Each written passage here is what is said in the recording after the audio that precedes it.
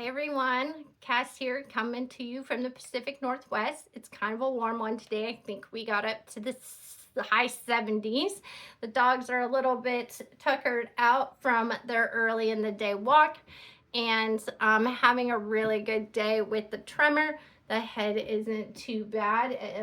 If you can see, like, it's just got a mild shake. So, um, that's been pretty great this morning. And my hands, if I think about, I've got a car wash guy here today who's doing the truck outside, so hopefully it's not too loud in the background and you guys get a good view of what my hands look like when I'm distracted and not focused on them.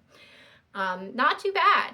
So I wanted to show you some of the things I've done to help streamline my day and make things just a little easier, aside from my one-piece rompers, dresses, and things that make life just overall easier to get up and get ready. The least I have to think about it, the better. I do keep my hair short as a way to limit the energy I have to expend on my head. And I could still curl it and do things that I want to when I'm feeling girly. But if I'm not looking to do any of that, I just throw a beanie on it and I go with it. So find a hairstyle that works for you and lean into it. Don't be afraid to cut it off if that's what you do. I've been looking at getting some wigs. I have a wonderful friend who has been helping me understand the wig life. And, hopefully I'm able to cross that bridge and find one that works for me here shortly. I also want to make sure that I highlight that you should, when you get the chance and you're feeling good, make sure you're moisturizing. Those drugs are going to dry out that face. Do what you can to get some moisture on it. Reduce some of the sensitivity that comes from those drugs and those reactions.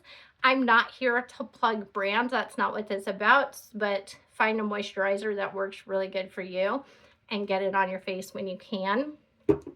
I also can't say enough about under eye cream. I'm a little shameful to say mine is almost out. I'm going to have to get another one here, as I use a lot of under eye cream lately, but get that on your face when you can also. When I'm doing my makeup, I always make sure I've got, I have like a red complexion, like irritation and stuff to my skin. And so I always have to use kind of like a green correcting cream to like color corrector to help reduce some of that redness. And then my eyes are always super oily, so I add a primer to my eyelids. Now, I know the internet's gonna hate me for this, but I use a lot of hands. Make sure you're washing them between applications so you're not getting, under eye cream on your eyelid, but nothing works better for me really right now than my own trusty shaky hands. When I am doing my makeup, thankfully, the natural makeup look is making a comeback, so I can stick to some pretty neutral tones. It makes it easier to blend it into my own complexion, and I'm not having to worry about whether or not I've got like a blue that is, coming out to my cheek or something. The precision doesn't necessarily have to be quite so on point.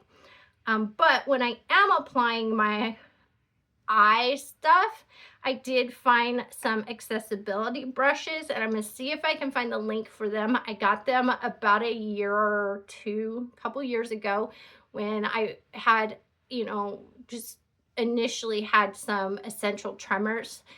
That is genetic from my mom's side of the family. I had picked these up, and as I experienced the dystonia, they have come even more in handy. But they have this cool little like thing here that you can use to hold on to it, and then you just get up in there and get that applied. I've got a couple different sizes, and it's really just helped with that application and getting it to where I need it to be. Again, I'm not super here to plug a product, just recommending shorter brushes and keeping it neutral. The makeup world wants you to think that you have to get it like exact, and it's not that big of a science. Get it on there, blend it in a little bit, and roll with your day. You're using natural tones, and you're not going to need to worry so much about, you know, whether or not it's coming off or going in the wrong places. The last one of the other things I want to bring up is my eyebrows. I do have my eyebrows microbladed. It did help tremendously with getting just the shape of them. The girl that I had do mine was just starting out, and so I got a major discount on getting them done. So look in your local area and see who you can help out and who can help you out. If you can't do that, like, I totally get it. Not everybody needs to have their eyebrows done. Me, if I don't have my eyebrows done, I like have no eyebrows, no facial hair. So that was a huge thing. I used to get the lashes done, but I rub my eyes a lot, especially if it feels like I have a spasm in my eye. I'll rub it and rub it and rub it, and that makes all the lashes fall out, and they're quite pricey to be rubbing off all the time. So I don't do those anymore, but for my mascara, I do go with a shorter travel size mascara because it works really good for getting in there and getting much closer to your face. When it comes to using things that just overall tools, I try to look for things that have texture to them.